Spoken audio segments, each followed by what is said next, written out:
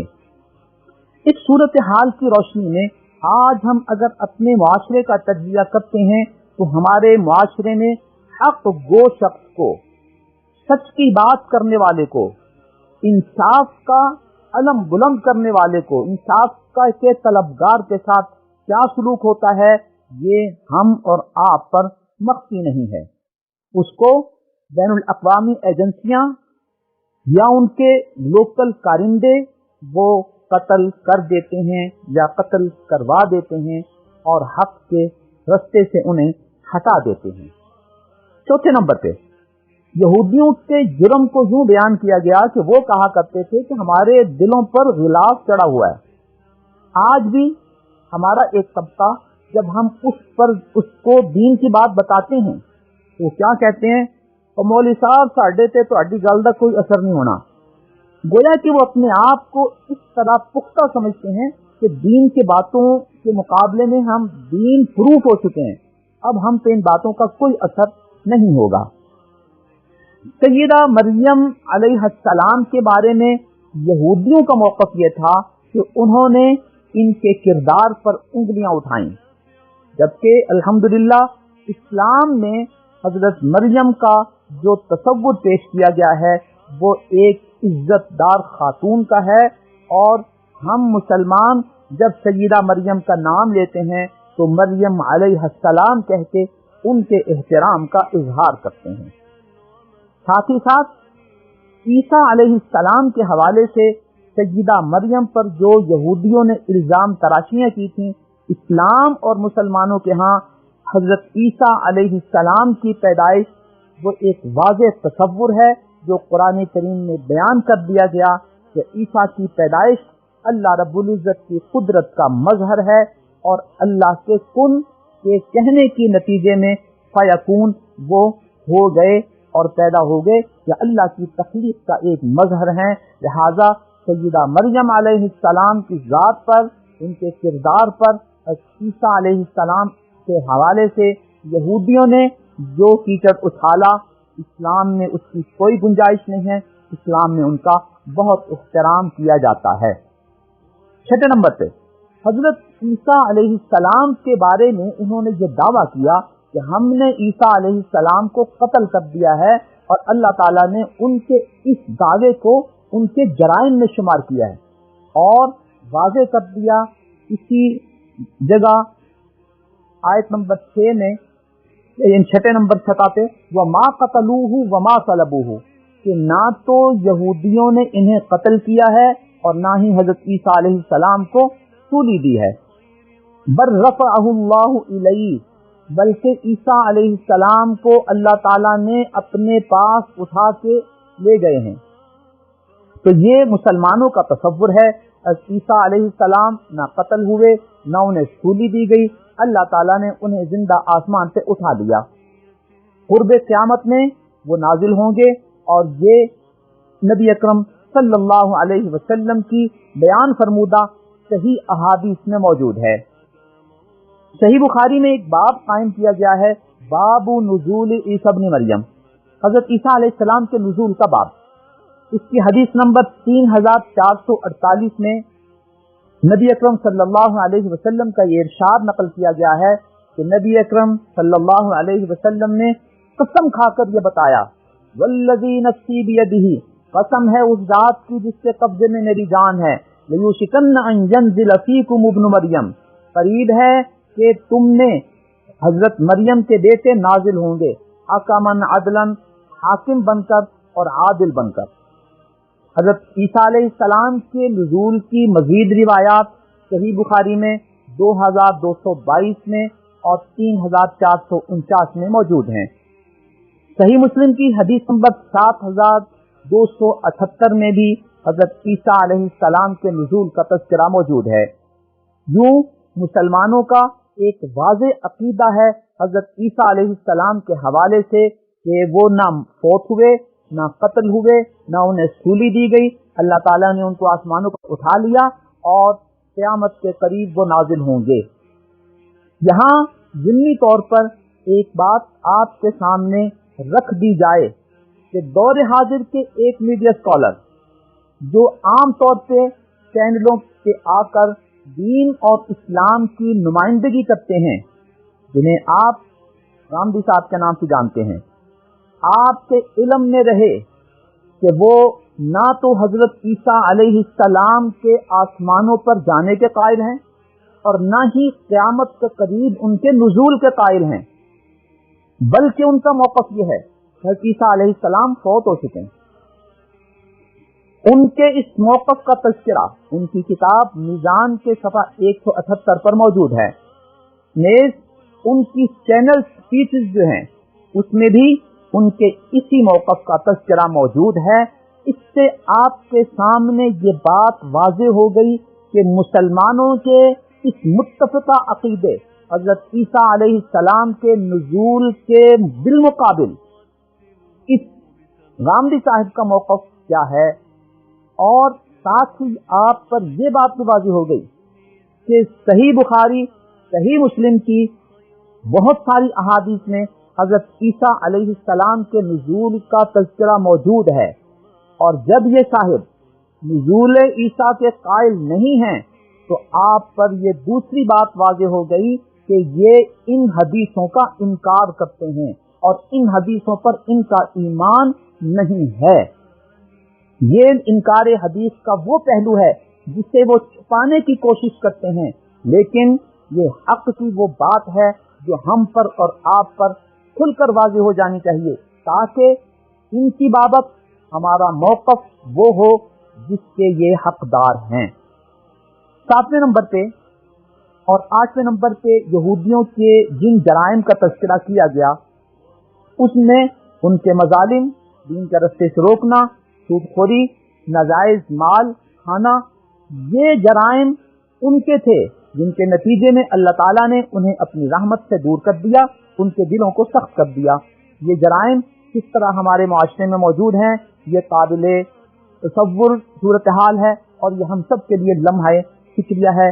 اللہ تعالیٰ ہمیں اس سے بچائیں اور ہمیں صحیح رستے پر چلنے کی توفیق عطا فرمائیں۔ اس دلوں کی سختی کو اگر ہم آج ناپنا چاہیں کہ اللہ کی رحمت سے دور ہونا اور دلوں کو سخت ہو جانا. ہمارے ملک میں زلزلے آئے، سیلاب آئے. اس موقع پر جہاں ہماری قوم نے، ہمارے لوگوں نے بہت قربانیاں دیں اور اپنے بھائیوں کی مدد کو پہنچے، وہاں پر ایک ایسا طبقہ آپ پر مخفی نہیں کہ امدادی سامان ان کی حویلیوں تک پہنچ جاتا تھا اور ان کے اقربا میں تقسیم ہوتا تھا. ہمیں دور جانے کی ضرورت نہیں. آج ہمارے ملک میں کرونا آیا ہوا ہے. اس موقع پر اس مجبوری کی کیفیت سے فائدہ اٹھاتے ہوئے کون کون ذخیرہ اندوزی کر رہا ہے یہ آپ پر مخفی نہیں ہے. اور صرف بڑے حضرات سے، بڑے لوگوں سے ہٹ کر ہر بزنس مین لوگوں کی مجبوری سے فائدہ اٹھاتے ہوئے لوگوں کو اتنی مہنگی چیزیں فراہم کر رہا ہے. یہ ساری باتیں ہم سب کے لیے لمحہ فکریہ ہیں. اللہ تعالیٰ نے تیسری سزا ان کو یہ دی کہ پاکیزہ چیزیں اور حلال چیزیں ان پر حرام کر دیں. ان پر تو وہ چیزیں حرام ہو گئیں، ان چیزوں سے محروم ہو گئے. لیکن یہ ہمارا ظالم طبقہ جو ان جرائم میں ملوث ہے، اس پر ان چیزوں سے محرومی کا ایک اور پہلو ہے جو آپ پر واضح ہو جانا چاہیے. اللہ تعالیٰ نے انہیں ایسی بیماریوں میں مبتلا کر دیا ہے کہ وہ اللہ تعالیٰ کی ان طیبات اور حلال چیزوں کو کھانے سے محروم ہیں اور ان سے فائدہ نہیں اٹھا سکتے. وہ گنتی کے اعتبار سے تو کروڑ پتی اور ارب پتی ہیں، ملینر ہیں، بلینر ہیں، لیکن پرہیزی کھانے کھاتے ہیں. اللہ تعالیٰ کی نعمتوں سے وہ محروم کر دیے گئے ہیں. سورہ نساء کی آیت نمبر 170 میں اللہ تعالیٰ نے پوری انسانیت کو مخاطب کرتے ہوئے حق کو قبول کرنے کی تعلیم دی ہے. یا ایھا الناس قد جاءکم الرسول بالحق من ربکم، تمہارے پاس اللہ کا سچا رسول آ چکا ہے. اب اس کی تعلیمات کو تسلیم کرنے میں اور ان پر عمل کرنے میں ہی تمہاری فلاح و بہبود ہے. آیت نمبر 171 میں اللہ تعالیٰ نے اہل کتاب کو یعنی یہود و نصارہ کو یہ تعلیم دی کہ لا تغلو فی دینکم، تم اپنے دینی معاملات میں غلو سے کام نہ لیا کرو. یہودیوں نے کیا غلو کیا کہ حضرت عزیر علیہ السلام کو اللہ کا بیٹا قرار دیا، اور ادھر دوسری طرف کیا زیادتی کی، حضرت مریم علیہ السلام سے بہتان ترازیاں شروع کر دیں اور عیسیٰ علیہ السلام کے حوالے سے انہیں کسی اور عمل اور تعلق کا نتیجہ قرار دے دیا. جبکہ عیسائیوں نے یہ زیادتی کی، یہ غلو کیا کہ اس صورتحال کے بالمقابل حضرت عیسیٰ علیہ السلام کو اللہ کا بیٹا قرار دے دیا اور ان کی عبادت کرنی شروع کر دی. یہ افراط و تفریط کی وہ کیفیت ہے جس سے اللہ تعالیٰ منع فرما رہے ہیں ان کو، اور ان کو اصلاح کی تعلیم دے رہے ہیں. جبکہ اسلام کا موقف ان ساری صورتحال میں یہ ہے، انما المسیح عیسی ابن مریم رسول اللہ، حضرت عیسیٰ ابن مریم اللہ کے رسول ہیں. وکلمتہ القاہا الی مریم، اور اللہ کا وہ کلمہ کن ہے جو اللہ نے مریم علیہ السلام کی طرف متوجہ کیا. آگے فرمایا گیا ولا تقولوا ثلاثہ، یہ جو تم کہتے ہو کہ اللہ تین ہیں، یہ تین نہ کہا کرو، یہ بھی غلو ہے. انما اللہ الہ واحد، اللہ ایک ہی ہے، دو تین نہیں ہیں. آیت نمبر 172 میں ایک قوموں کی نفسیات کے حوالے سے بات کی گئی کہ بعض لوگوں کا یہ خیال ہوتا ہے کہ کسی نبی کو اس کے مقام سے بڑھا دینا یہ اس کی شان کو بیان کرنا ہے، اور اس کے صحیح مقام کو بیان کرنا یہ گویا اس کی شان میں یا تو گستاخی ہے یا ان کا مقام کم کیا جا رہا ہے. اللہ فرماتے ہیں کہ تم جو حضرت عیسیٰ علیہ السلام کے بارے میں غلو کر کے ان کو اللہ کا بیٹا کہہ رہے ہو اور معبود کہہ رہے ہو، وہ عیسیٰ تو خود اپنے بارے میں اللہ کا بندہ ہونے کے اعتراف میں کوئی عذر پیش نہیں کرتے تھے، انہیں اس پر کوئی انکار نہیں تھا. تو یہ کہنا کہ کسی نبی کو اللہ کا بندہ کہہ دینے سے ان کی شان کم ہوگی، اللہ فرماتے ہیں کہ یہ وہ ان کا حقیقی مقام ہے کہ جو وہ خود اپنے لیے تسلیم کرتے ہیں. لہذا تم ان کے بارے میں ایسی چیزیں منسوب نہ کرو جو اللہ تعالیٰ کی طرف سے انہیں عطا نہیں کی گئی. بسم اللہ الرحمن الرحیم. اب ہم سورہ مائدہ کا آغاز کرتے ہیں. سورہ مائدہ کی ان آیات میں سب سے شروع میں اللہ تعالیٰ نے وعدہ پورا کرنے کی ترغیب دی ہے، ایفائے عہد کا حکم دیا ہے. ایفائے عہد کا تعلق ہمارے معاشرے میں باہم ملاقاتوں کے ذریعے ہو کہ آپ نے کسی سے ملنے کا وقت طے کیا ہے تو آپ کو وقت پر پہنچنا چاہیے. آپ نے کسی بزنس ڈیل میں اپنی پیمنٹ کا ایک ٹائم متعین کیا ہے تو آپ کے وعدے کی پاسداری یہ ہے کہ آپ اپنی پیمنٹ وقت پر کریں. دوسری پارٹی نے آپ کو سامان ڈلیور کرنے کی جو ڈیٹ دی ہے ان کا فرض ہے کہ وہ اپنی متعینہ تاریخ میں سامان آپ تک پہنچائیں. یہ ایفائے عہد ہے. آپ نے کوئی کنسٹرکشن کی ذمہ داری لی ہے کہ فلاں تاریخ تک ہم آپ کا یہ کام مکمل کر دیں گے، تو ایفائے عہد یہ ہے کہ اب کام لینے کے بعد کام کو لٹکائے نہیں بلکہ وقت پر پورا کر کے مالک سے سپرد کریں. یہ ایفائے عہد ہے. ہمارے معاشرے میں سیاستدان انتخابات کے موقع پہ جو وعدے کرتے ہیں، وعدے کرنے سے پہلے ان کو یہ سوچ لینا چاہیے کہ ہم اللہ تعالیٰ کی طرف سے ایفائے عہد کے مخاطب ہیں، ہمیں وعدے پورے کرنے ہیں. لہذا وہی وعدے لوگوں کے سامنے کریں جسے وہ پورا کر سکتے ہوں، اور جو وعدہ کر لیں اسے پورا کرنے کی کوشش کریں. یہ ایفائے عہد ہے. وہ لوگوں کے سامنے آسمان سے ستارے توڑنے والے وعدے نہ کریں تو یہ کل کو پورے نہیں ہو پائیں گے. الغرض یہ کچھ مثالیں تھیں ایفائے عہد کی.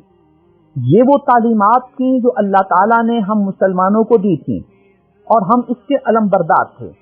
افسوس کہ آج یہ تعلیمات ہماری زندگیوں سے نکلتی چلی جا رہی ہیں اور ان تعلیمات کو غیروں نے اپنا لیا ہے. اب ہم ان کا حوالہ دیتے ہیں، میں فلاں ملک میں گیا تھا اور وہاں میں نے یہ وعدے کی پاسداری دیکھی. تو یہ گویا ہماری ہی وہ متاع گمگشتہ ہے جو ہمیں حاصل کرنی چاہیے. اللہ ہمیں ایفائے عہد کی توفیق عطا فرمائے. سورہ مائدہ کی آیت نمبر 2 میں اللہ رب العزت نے ایک بڑا سنہری اصول بیان فرمایا کہ وَتَعَاوَنُوا عَلَى الْبِرِّ وَالتَّقْوَى، نیکی کے اور تقوی کے کام میں تعاون کیا کرو ایک دوسرے کے ساتھ. وَلَا تَعَاوَنُوا عَلَى الْإِثْمِ وَالْعُدْوَانِ، گناہ کے اور زیادتی کے کام میں تعاون نہ کیا کرو. آج اگر ہم نے کسی سے تعاون کرنا ہے تو اس سے پہلے ہم سوچ لیں کہ یہ اچھا کام ہے یا برا کام ہے. اچھا کام ہے تو ہم تعاون کریں، اگر غلط ہے تو ہم رک جائیں. اللہ کے حکم کا یہ تقاضا ہے. ہمیں اپنے معاشرے میں اس شعور کو بیدار کرنا ہے کہ اللہ کا حکم کس طرح ہمارے ساتھ متوجہ ہے اور ہمیں کس چیز کا پابند کیا گیا ہے. آج اگر ہمارے معاشرے میں یہ شعور بیدار نہیں ہوگا تو نامعلوم کتنی طاقتیں ہمارے لوگوں کو غلط کام کے لیے منتخب کر کے لے جائیں اور ہمارے لوگ اس کے لیے تیار ہو جائیں.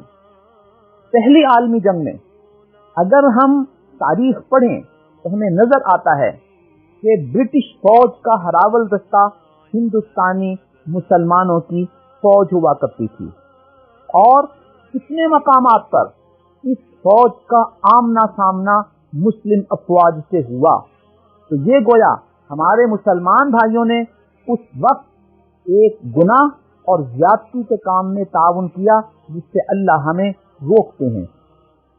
ہمیں پچھلی صدی کی باتیں کرنے کی ضرورت نہیں. آج بھی اگر ہم اپنے معاشرے پہ غور کرتے ہیں تو ہمیں بڑی افسوسناک صورتحال نظر آتی ہے کہ ہمارے بہت سے پاکستانی نوجوان، ہمارے بہت سے مسلم نوجوان ایسی عالمی ایجنسیوں سے وابستہ ہیں یا ایسے خفیہ NGOs کے ساتھ کام کر رہے ہیں کہ جو ادارے، جو ایجنسیاں، جو NGOs اسلام اور پاکستان کے خلاف سرگرم ہیں، اور ہمارا نوجوان صرف ڈالر میں تنخواہ لینے کے لیے ان غلط کاموں میں، ملک دشمن سرگرمیوں میں ان اداروں کے ساتھ تعاون کر رہا ہے. اللہ تعالیٰ مسلم قوم کو یہ تعلیم دے رہے ہیں کہ نیک کاموں میں تعاون کیا کرو اور غلط کاموں میں تعاون نہ کیا کرو۔ سورہ مائدہ کی آیت نمبر 3 میں کچھ حلال حرام چیزوں کے حوالے سے ہمیں بتایا گیا کہ جو چیزیں تم پر حرام ہیں ان میں میتہ ہے۔ میتہ کہتے ہیں وہ جانور جو بغیر ذبح کیے مر جائے، چاہے وہ خود مر جائے بیماری کی وجہ سے یا بجلی کا جھٹکا دے تو اسے مار دیا جائے۔ جیسے بعض ملکوں میں گوشت بنانے سے پہلے جانوروں کے مارنے کا یہ طریقہ ہے کہ بجلی کا جھٹکا دیا، اس کے بعد کھال اتاری اور گوشت بنا کے پیکنگ کی اور دوسرے ملکوں کو برآمد کر دیا، یا اس جانور کو گرم پانی میں پھینک دیا جائے، جیسے کہ بعض مرغیوں کے ساتھ ہوتا ہے کہ ان کو ذبح کرنے کی بجائے، وقت بچانے کی بجائے گرم پانی میں پھینکا اور چند سیکنڈ کے بعد ان کے پر اتار کے ان کی پیکنگ کی اور دوسرے ملکوں میں برآمد کر دیا۔ تو یہ سب میتہ کی قسمیں ہیں۔ الدم، جو خون بہتا ہوا کسی جانور سے نکل جاتا ہے وہ استعمال کرنا، اس کو کھانا حرام ہے۔ خنزیر کو حرام کر دیا گیا ہے مسلمانوں کے لیے، لہذا خنزیر اور خنزیر کے کسی بھی عضو سے بنی ہوئی کوئی چیز یا وہ اس سے بنا ہوا کوئی ایسا کیمیکل جو کسی اور چیز میں استعمال ہوا ہو، ایسی چیز کا استعمال بھی ہمارے لیے حرام ہے۔ وما اہل به لغیر اللہ، جس کو اللہ کے علاوہ کسی اور کے نام پر ذبح کیا گیا ہو یا کسی اور کی طرف منسوب کر دیا گیا ہو، ایسے جانور یا ایسی چیز، ایسے صدقہ و خیرات کا استعمال، ایسی نظر و نیاز کا استعمال بھی اللہ نے ہم پر حرام کر دیا ہے۔ کوئی جانور جس کا گلا گھونٹ لیا گیا ہو اور وہ اس وجہ سے مر جائے وہ بھی حرام ہے۔ کسی جانور کو چوٹ لگ جائے اور وہ مر جائے، کوئی مثلا پہاڑ سے گر گیا، کسی اونچی جگہ سے جانور گرا اور مر گیا، وہ بھی حرام ہے۔ وہ جانور جنہیں شرک کے مراکز پر اور غیر اللہ کی عبادت کے مراکز پر جا کے ذبح کیا جائے، اللہ فرماتے ہیں ایسے جانور بھی حرام ہیں۔ آج کے مشینی دور میں ہمارے لیے بڑی احتیاط کی ضرورت ہے۔ اس دور میں وقت کو بچانا اور پیسے کو کمانا، یہ ایک بنیادی مقصد ہے بڑی بڑی انٹرنیشنل کمپنیوں کا۔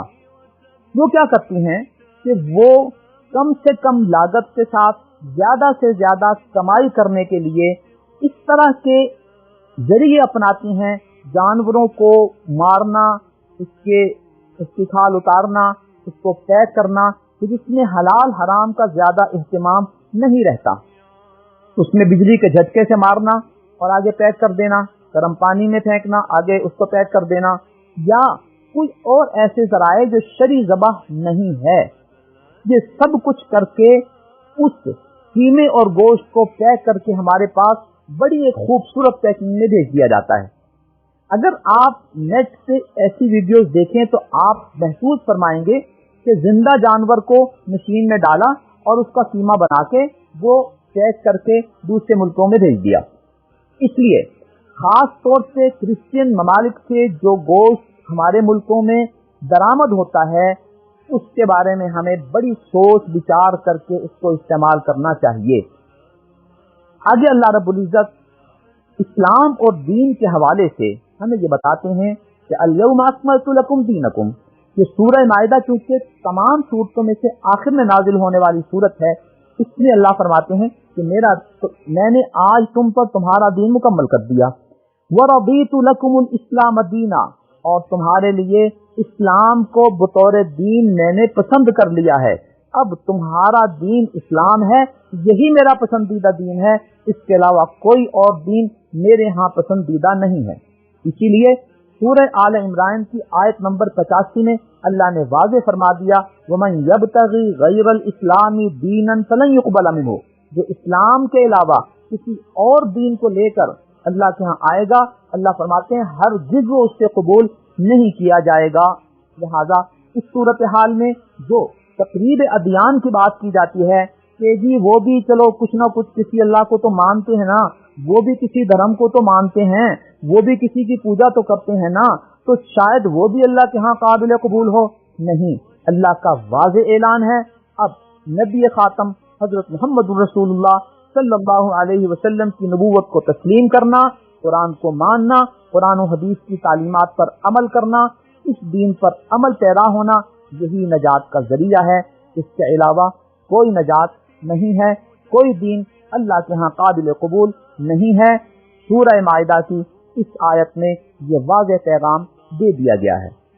آیت نمبر 4 میں اللہ تعالیٰ نے حلال کے حوالے سے یہ بتایا کہ اے نبی، لوگ آپ سے یہ پوچھتے ہیں کہ کون کون سی چیزیں ان کے لیے حلال ہیں، تو آپ ان کو ایک قاعدہ بیان فرما دیں کہ حلال چیزیں آپ کے لیے طیبات کی شکل میں بتا دی گئی ہیں کہ جو چیزیں تمہارے لیے اچھی تھیں، پاکیزہ تھیں، وہ تمہارے لیے حلال کر دی گئی ہیں۔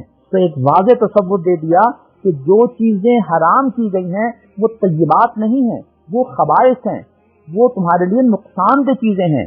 اس سے بچنا تمہارے لیے، تمہاری صحت کے لیے مفید تھا، اس لیے تمہیں بتا دیا گیا۔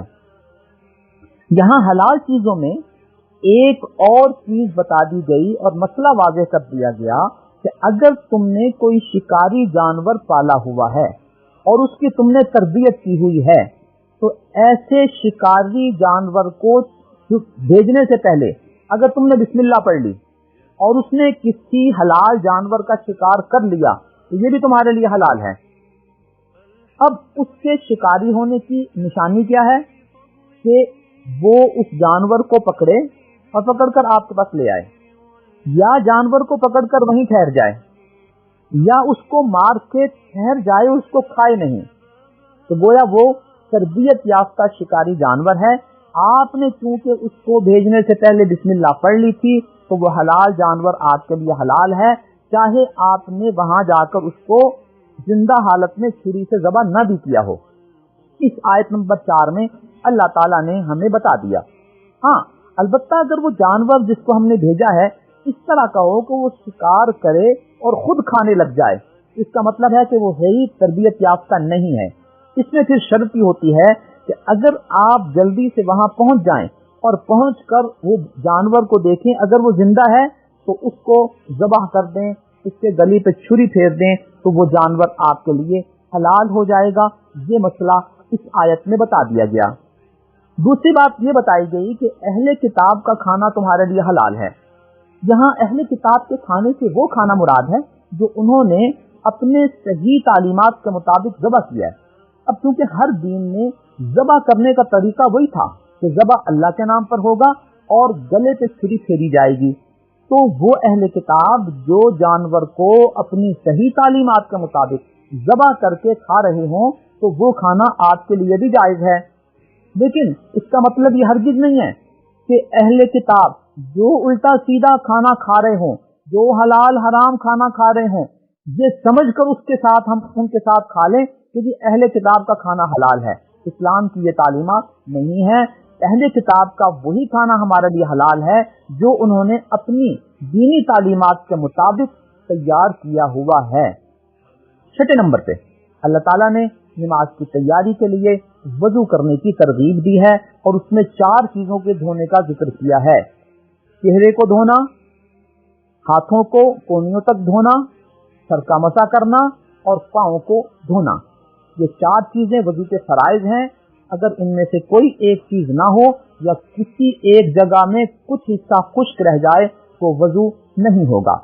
آگے اللہ تعالیٰ نے غسل کا ذکر کیا ہے اور غسل کے حوالے سے احادیث شریفہ میں غسل کے 3 فرض بیان کیے گئے ہیں کہ جس پر غسل فرض ہو جائے اسے چاہیے کہ وہ اچھی طرح کلی کرے، اچھی طرح ناک میں پانی ڈالے اور پھر پورے جسم پر اس طرح پانی بہائے کہ اس کے جسم کا کوئی حصہ خالی یا خشک نہ رہے۔ اگر کسی کو پانی میسر نہیں ہے تو اس کو تیمم کی سہولت بتا دی گئی ہے۔ تیمم کہتے ہیں کہ آپ کسی بھی پاک مٹی پر اپنے دونوں ہاتھ پھیریں اور ان ہاتھوں کو اپنے منہ پر پھیر لیں، پھر ان دونوں ہاتھوں کو زمین پاک مٹی پہ لگائیں اور اس کو دائیں بائیں ہاتھ پر پھیر لیں۔ یہ تیمم ہے۔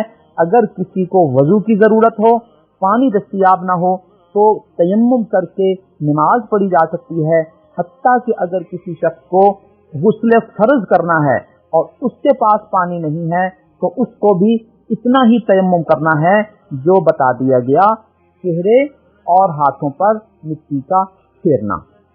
یہاں ایک بڑی دلچسپ چیز میں آپ کے سامنے عرض کروں گا کہ قرآن کریم میں جہاں جہاں اقیموا الصلاۃ وآتوا الزکاۃ کا حکم آتا ہے تو ہمارا ایک ملحد طبقہ یہ کہتا ہے کہ یہاں صلاۃ سے مراد وہ عبادت اور نماز نہیں جو یہ لوگ کرتے ہیں، جو مسلمان کرتے ہیں، اس سے مراد اقامت صلاۃ کا نظام قائم کرنا ہے۔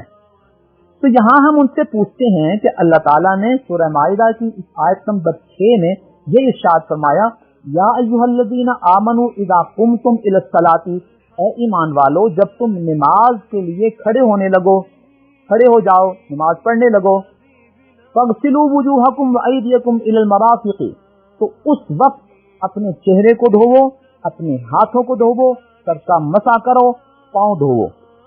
تو یہاں نماز کے لیے وضو کرنے کی ترغیب دی گئی ہے۔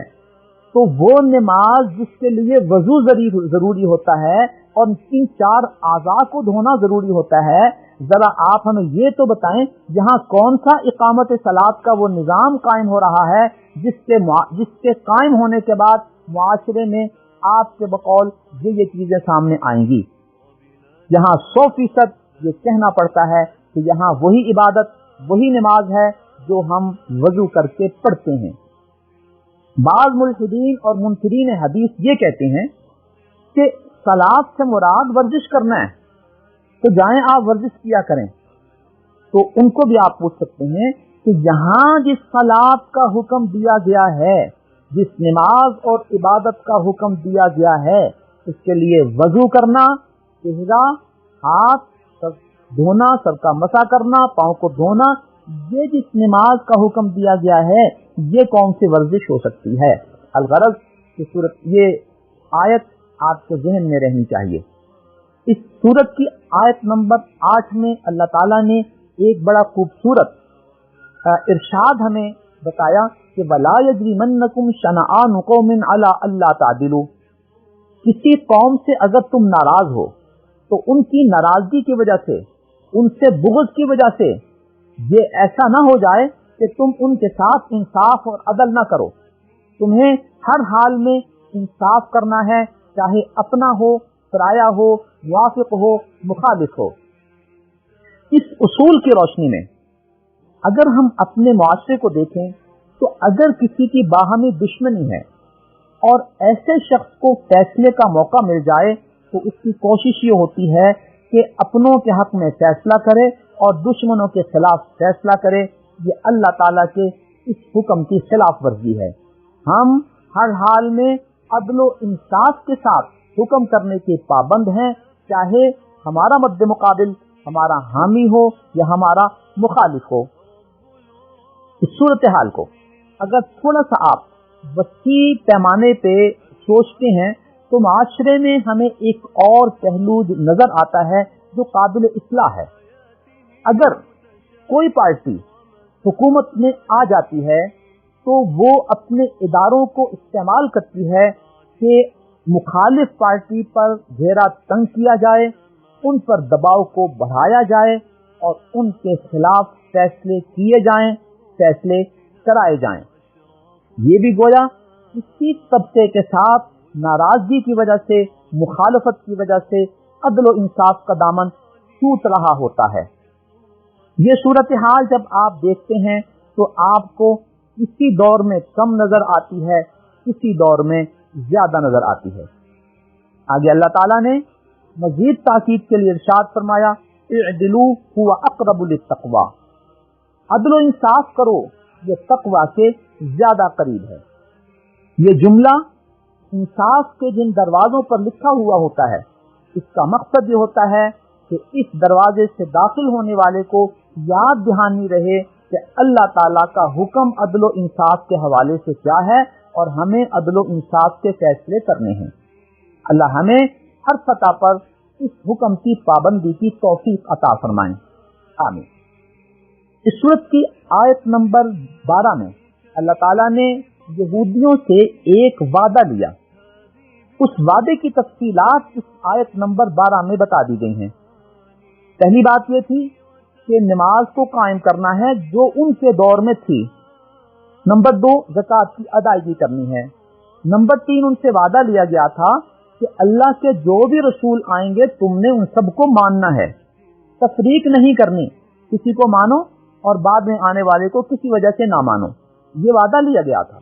چوتھے نمبر پہ ان سے یہ وعدہ لیا گیا تھا کہ رسولوں پر ایمان لانے کے ساتھ ساتھ تم نے ان کے ساتھ عملی تعاون بھی کرنا ہے، ان کے ساتھ چلنا ہے۔ پانچواں حکم یہ دیا گیا تھا کہ صدقہ خیرات کا اہتمام کرنا ہے۔ گویا زکوٰۃ تو ایک واجب صدقہ ہے، ایک واجب حکم ہے، اس کے علاوہ بھی اللہ کے راہ میں خرچ کرنا ہے۔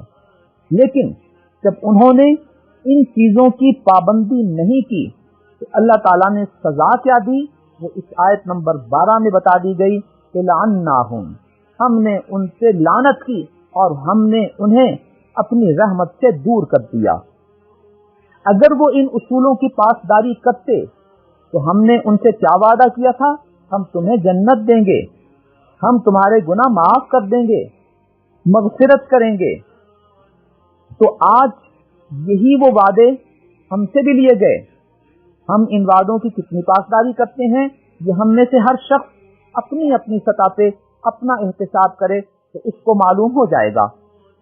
اللہ تعالیٰ کے وہی وعدے، وہی جزا، وہی ثواب ہماری طرف متوجہ ہے کہ اگر تم ان وعدوں کی پاسداری کرتے ہوئے ان چیزوں پہ عمل کرو گے اللہ کی جنت ملے گی، اللہ کی مغفرت ملے گی، اور عمل نہیں کرو گے تو اللہ کی رحمت سے دور ہو جاؤ گے۔ اس سورت کی آیت نمبر 14 میں اللہ رب العزت سے احکام خداوندی کی دوری کا ایک نتیجہ بیان کیا گیا ہے کہ اہل کتاب کے ایک طبقے سے اللہ تعالیٰ نے وعدہ لیا کہ تم نے ان چیزوں کی پاسداری کرنی ہے، لیکن اللہ فرماتے ہیں کہ جب انہوں نے اس وعدے کی پاسداری نہیں کی تو ہم نے انہیں سزا کیا دی؟ ہم نے سزا ان کو یہ دی کہ اغرینا بینہم العداوۃ والبغضاء الی یوم القیامہ، ہم نے ان میں باہمی دشمنی اور باہمی بغض و عناد وہ ڈال دیا اور وہ قیامت تک ان میں رہے گا۔ گویا اللہ رب العزت کے احکامات سے دوری کی جو سزا ملتی ہے وہ باہمی دشمنی، باہمی بغض کی شکل میں ملتی ہے۔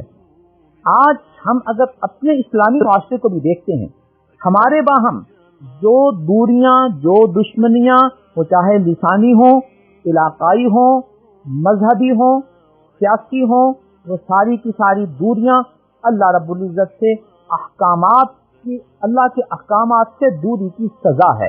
اللہ تعالی ہمیں اپنے احکامات کی پابندی کی توفیق عطا فرمائے۔ گویا جو اصل صلہ ہوتا ہے کسی نتیجے کا، اسے ہم پکڑنے کی کوشش نہیں کرتے، ہم صرف ظاہری نتائج کو دیکھ کے اس پر گفتگو کر رہے ہوتے ہیں اور تبصرے کر رہے ہوتے ہیں۔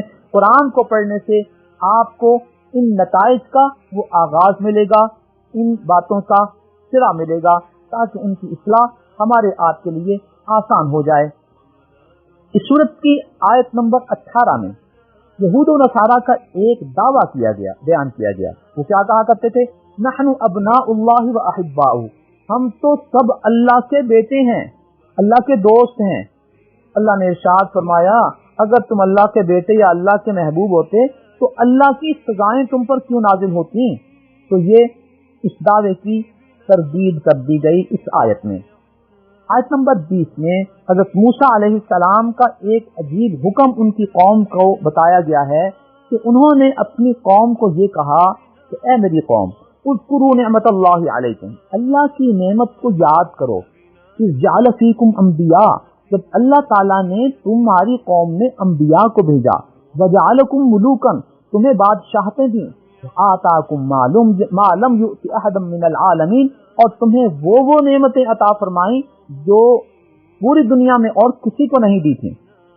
اب تمہارا مطالبہ یہ ہے کہ ہمیں کھانے پینے کی فلاں چیزیں چاہیے، تو فلاں شہر میں تم داخل ہو جاؤ تاکہ اللہ تعالیٰ تمہیں وہاں وہ نعمتیں عطا فرمائیں۔ اب ان کی معذرتیں شروع ہو گئیں۔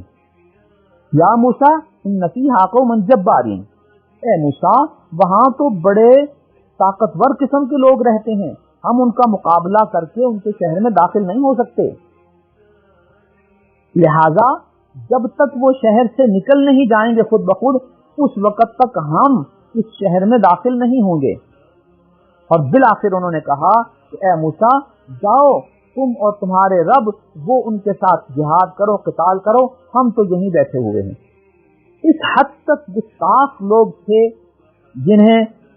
جن سے واسطہ پڑا ان انبیاء علیہم الصلوات و تسلیمات کو۔ اللہ کا لاکھ لاکھ احسان ہے، اللہ تعالیٰ نے حضرت محمد الرسول اللہ صلی اللہ علیہ وسلم کی صحابیت کے لیے جن عظیم لوگوں کو چنا، ان کا ایک موقف اگر آپ کے سامنے پیش کر دیا جائے تو آپ کو اندازہ ہوگا جنگ بدر کے موقع پہ جب نبی اکرم صلی اللہ علیہ وسلم نے مشورہ کیا صحابہ و انصار سے کہ آپ بتائیں آپ کا کیا مشورہ ہے اس وقت جنگ اور جہاد کرنے کے حوالے سے، تو صحابہ اکرام رضوان اللہ تعالی علیہم اجمعین نے بڑی ہی ہمت اور جرأت کے ساتھ یہ ارشاد فرمایا کہ یا رسول اللہ صلی اللہ علیہ وسلم آپ آگے بڑھیں، ہم آپ کے ساتھ ہیں، اگر آپ ہمیں حکم دیں کہ اس سمندر میں چھلانگے لگا دو تو ہم سمندر میں چھلانگے لگا دیں گے۔ نبی اکرم صلی اللہ علیہ وسلم خوش ہوئے اور ان صحابہ نے وضاحت کی یا رسول اللہ ہم آپ کے ساتھ وہ معاملہ نہیں کریں گے جو موسیٰ کی قوم نے موسیٰ علیہ السلام کے ساتھ کیا تھا، بلکہ ہم آپ کے دائیں بائیں آگے پیچھے ہر طرح اپنی جان نثار کرنے کے لیے تیار ہیں، آپ آگے بڑھیں، جیسا آپ کا حکم ہوگا یہ غلام اس حکم کی تعمیل کے لیے حاضر ہیں۔ آیت نمبر 27 میں اللہ تعالیٰ نے حضرت آدم علیہ السلام کے دو بیٹوں کا ایک واقعہ ذکر کیا ہے۔ تاریخ کی کتابوں میں ان دو بیٹوں کا نام حابیل و قابیل ہے۔ ان کے باہم کچھ اختلاف ہو گیا۔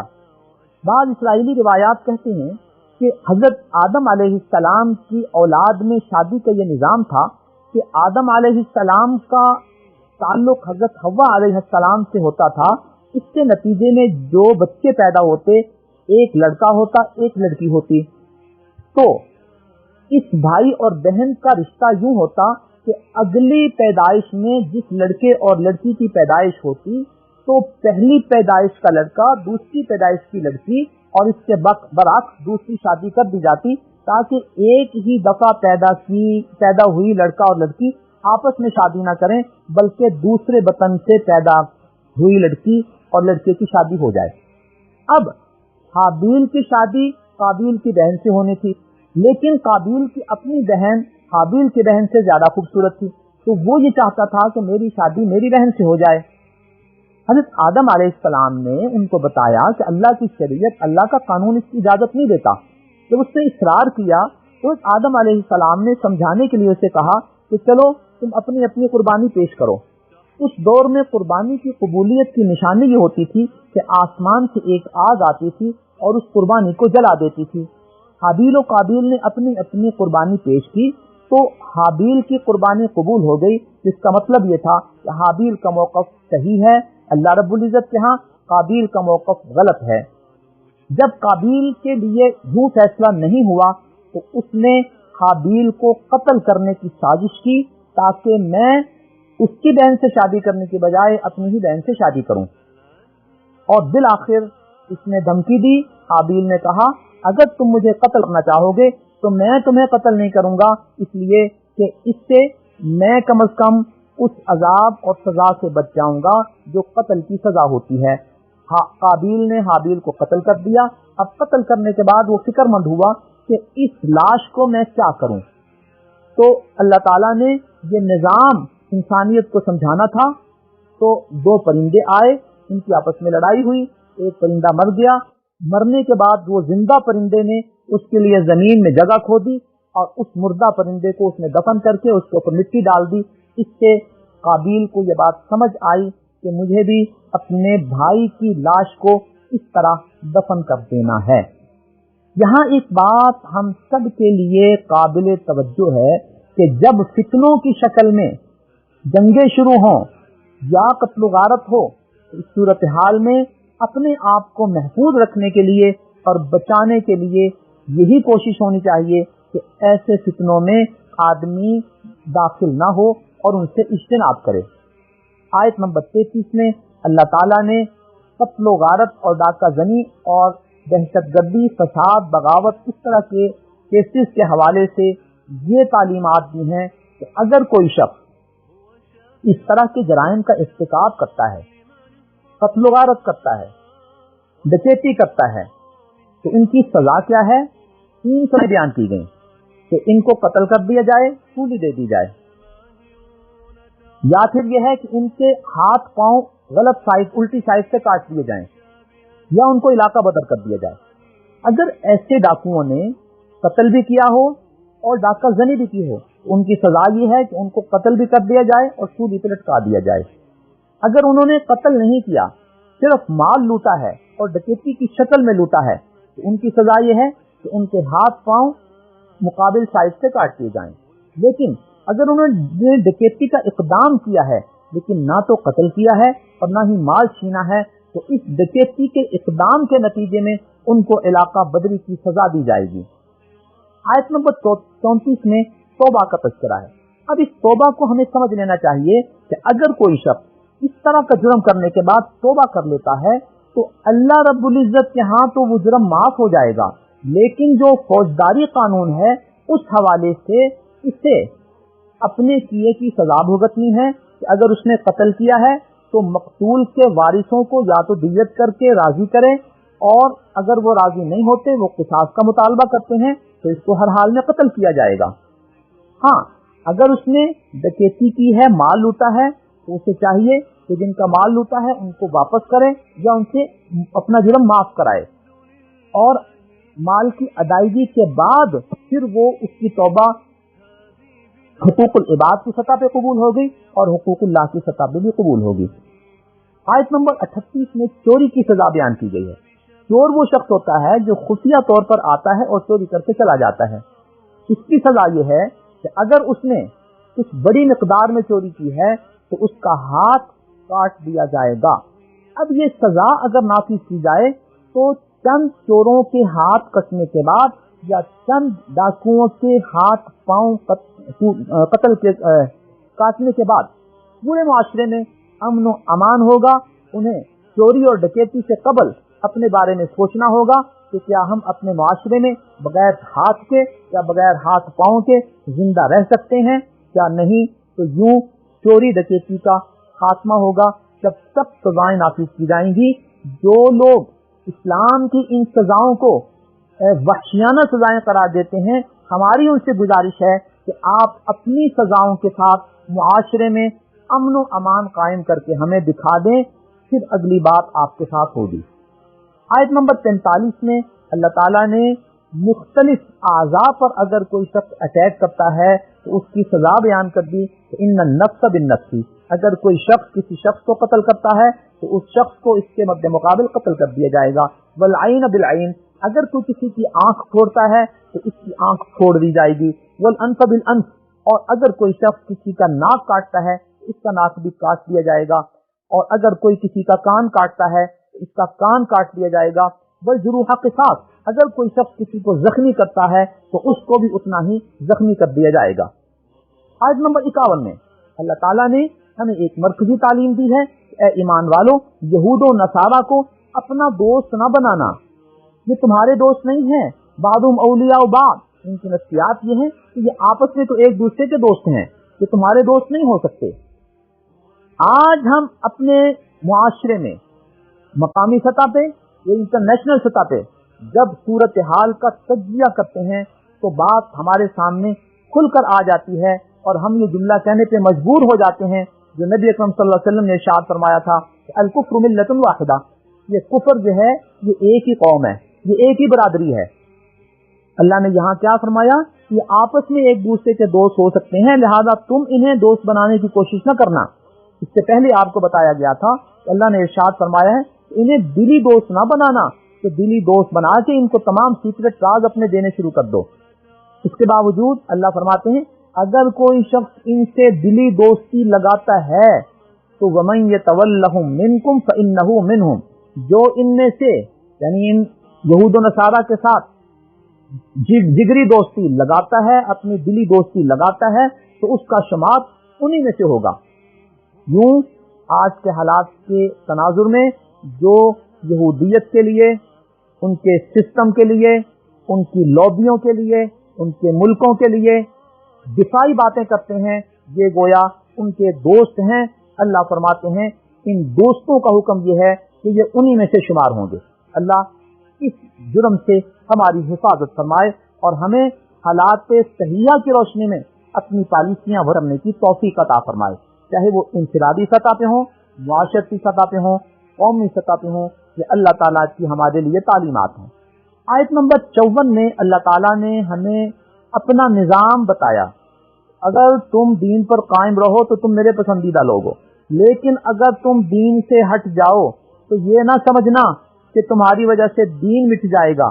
اللہ ایسے لوگوں کو میدان میں لائے گا جس کی یہ 5 صفات ہوں گی کہ یحبہم و یحبونہ، اللہ ان کو پسند کرتا ہوگا اور وہ اللہ سے محبت کرنے والے ہوں گے۔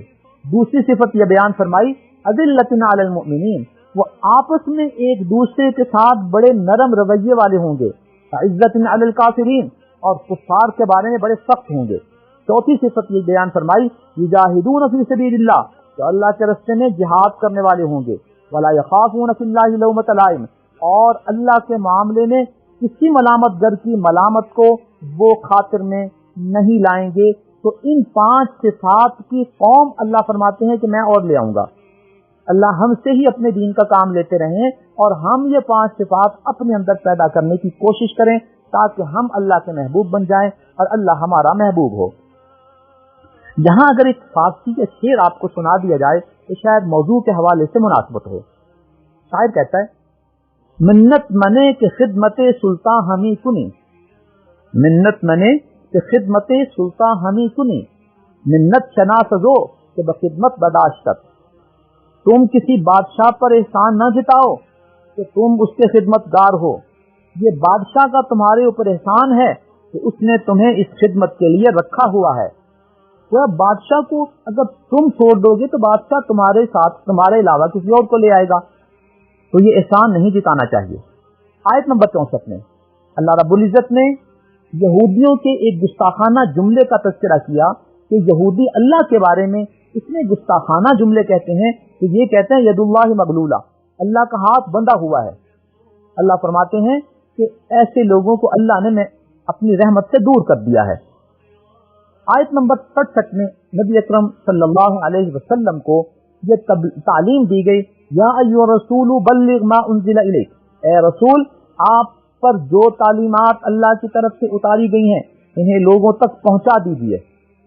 واللہ یعصمک من الناس، اگر کوئی آپ کو غضب پہنچانا چاہے تو اللہ آپ کی حفاظت فرمائیں گے۔ اس آیت کے نزول سے قبل نبی اکرم صلی اللہ علیہ وسلم کی حفاظت اور سیکیورٹی کے لیے گھر کے باہر بھی اور سفر کے دوران بھی اور خیمے کے پاس بھی حفاظت کرنے والے صحابہ کرام موجود ہوتے تھے، لیکن جب یہ آیت نازل ہوئی کہ اللہ آپ کی حفاظت فرمائیں گے تو اس آیت کے نزول کے بعد نبی اکرم صلی اللہ علیہ وسلم نے اپنے محافظین اور اپنی سیکیورٹی کو بتا دیا کہ اب آپ چھٹی جائیں، اللہ نے میری حفاظت کا ذمہ لے لیا ہے۔ نبی کے مشن کے علم بردار آج بھی ان کو یہ چاہیے کہ اللہ کے پیغام کو لوگوں تک صحیح شکل میں پہنچائیں اور اپنی حفاظت کے لیے انہیں اسی طرح اپنے محافظین سیکیورٹی گارڈ رکھنے ہیں جس طرح نبی اکرم صلی اللہ علیہ وسلم نے رکھے ہوئے تھے، تاں کہ اللہ کا حکم نازل ہوا کہ اب آپ کی حفاظت اللہ کے ذمے ہے۔ اب ہمارے لیے تو اللہ کا وہ وعدہ نہیں ہے براہ راست، لہذا ہمیں نبی اکرم صلی اللہ علیہ وسلم کی اس ابتدائی زندگی کی طرح اپنے سیکیورٹی گارڈ رکھنے چاہیے، اپنی حفاظت کا انتظام کرنا چاہیے۔ آیت نمبر 72 میں اللہ تعالیٰ نے کرسچینٹی کے وہ 2 خطرناک عقیدے بیان فرمائے ہیں جس کی وجہ سے اللہ نے ان کے کفر کا واضح اعلان کر دیا۔ وہ عقیدہ کیا تھا؟ لقد کفر الذین قالوا ان اللہ هو المسیح ابن مریم، پکے کافر ہیں وہ لوگ جو یہ کہتے ہیں کہ عیسیٰ ابن مریم ہی خدا ہے۔ آیت نمبر 73 میں دوسرے لوگوں کا عقیدہ بیان فرمایا لقد کفر الذین قالوا ان اللہ ثالث ثلاثہ، پکے کافر ہیں وہ لوگ جو یہ کہتے ہیں کہ اللہ 3 میں سے تیسرا ہے۔ گویا وہ جو 3 کا تصور رکھتے ہیں اور اللہ کو ان 3 میں سے ایک شمار کرتے ہیں، اللہ کہتے ہیں یہ بھی کافر ہیں اور پکے کافر ہیں۔ آیت نمبر 75 میں حضرت عیسیٰ علیہ السلام کی جو حقیقت تھی اللہ کے ہاں وہ بیان کر دی گئی کہ مل مسیح ابن مریم الا رسول، مسیح ابن مریم تو اللہ کے رسول ہیں۔ قد خلت من قبلہ الرسل، ان سے پہلے بھی رسول آ چکے ہیں، وہ امہ صدیقہ، اور ان کی ماں حضرت مریم علیہ السلام یہ صدیقیت کے مقام کے فائز ہیں، تم ان کو خدا کہتے ہو، ان کی تو حیثیت یہ ہے کانا یاکلان الطعام، وہ تو کھانا کھاتے تھے۔ وہ اللہ تعالیٰ نے ایک حقیقت کی طرف متوجہ کر دیا کہ جو کھانا کھاتا ہے وہ کھانے کا محتاج ہوتا ہے، وہ بغیر کھانے کے زندہ نہیں رہ سکتا، لہذا جو محتاج ہوتا ہے وہ خدا نہیں ہوتا۔ اس آیت کی روشنی میں نبی اکرم صلی اللہ علیہ وسلم کی ایک مبارک روایت ہمیں پیش نظر رکھنی چاہیے جو صحیح بخاری میں موجود ہے۔ اس میں نبی اکرم صلی اللہ علیہ وسلم نے ہمیں بھی یہ ارشاد فرمایا، اے میری امت لا تطرونی، مجھے بھی بڑھا چڑھا کر پیش نہ کرنا، کما اطرت النصارى عیسی ابن مریم، جس طرح عیسائیوں نے حضرت عیسی ابن مریم علیہ السلام کو بڑھا چڑھا کے پیش کیا۔ لہذا ہمیں نبی اکرم صلی اللہ علیہ وسلم کا وہ عظیم مقام اپنے عقیدے میں بھی رکھنا ہے اور اسی کو بیان کرنا ہے جو اللہ رب العزت نے بیان فرما دیا کہ یہ میرے بھیجے ہوئے وہ رسول ہیں، اور نبی اکرم صلی اللہ علیہ وسلم نے ارشاد فرمایا کہ میں تمام بھیجے ہوئے رسولوں کا سردار ہوں، آپ پورے رسولوں کے سردار ہیں اور پوری مخلوق میں سب سے افضل ہیں۔ اللہ کے بعد اگر کسی شخصیت کا مقام ہے تو بعد از خدا بزرگ، تو یہ قصہ مختصر، اللہ کے بعد نبی اکرم صلی اللہ علیہ وسلم کا مقام ہے، لیکن اللہ اللہ ہیں، نبی نبی ہیں، اللہ خالق ہیں، نبی مخلوق ہیں۔ نبی کو الوہیت کے مقام پہ فائز کرنا، یہ ان کے مقام و منصب کو اس طرح بڑھانا ہے جس طرح عیسائیوں نے بڑھایا تھا۔ اللہ ہمیں اس سے محفوظ فرمائے۔ آیت نمبر 78 میں اللہ تعالیٰ نے یہودیوں پر لعنت کے جو اسباب بیان کیے وہ یہ تھے کہ کانوا لا یتناہون عن منکر فعلوہ، کہ وہ برے کام سے ایک دوسرے کو روکتے نہیں تھے، اس وجہ سے اللہ تعالیٰ نے انہیں اپنی رحمت سے دور کر دیا اور ان سے لعنت نازل کی۔ تو ہمیں اپنے معاشرے میں اصلاح کے لیے اچھی بات کا حکم دینا ہے، بری باتوں سے روکنا ہے، اور یہ نہیں کہنا کہ جی ہمیں کیا لگے، ہر ایک کی اپنی پرسنل لائف ہے، ہم اس کو آزادی دیتے ہیں وہ جو مرضی کریں۔ ہمیں اصلاح کے غرض سے، ہمدردی کے جذبے سے صحیح بات اپنے بھائی کو بتانی ہے، سمجھانی ہے، محبت سے، پیار سے۔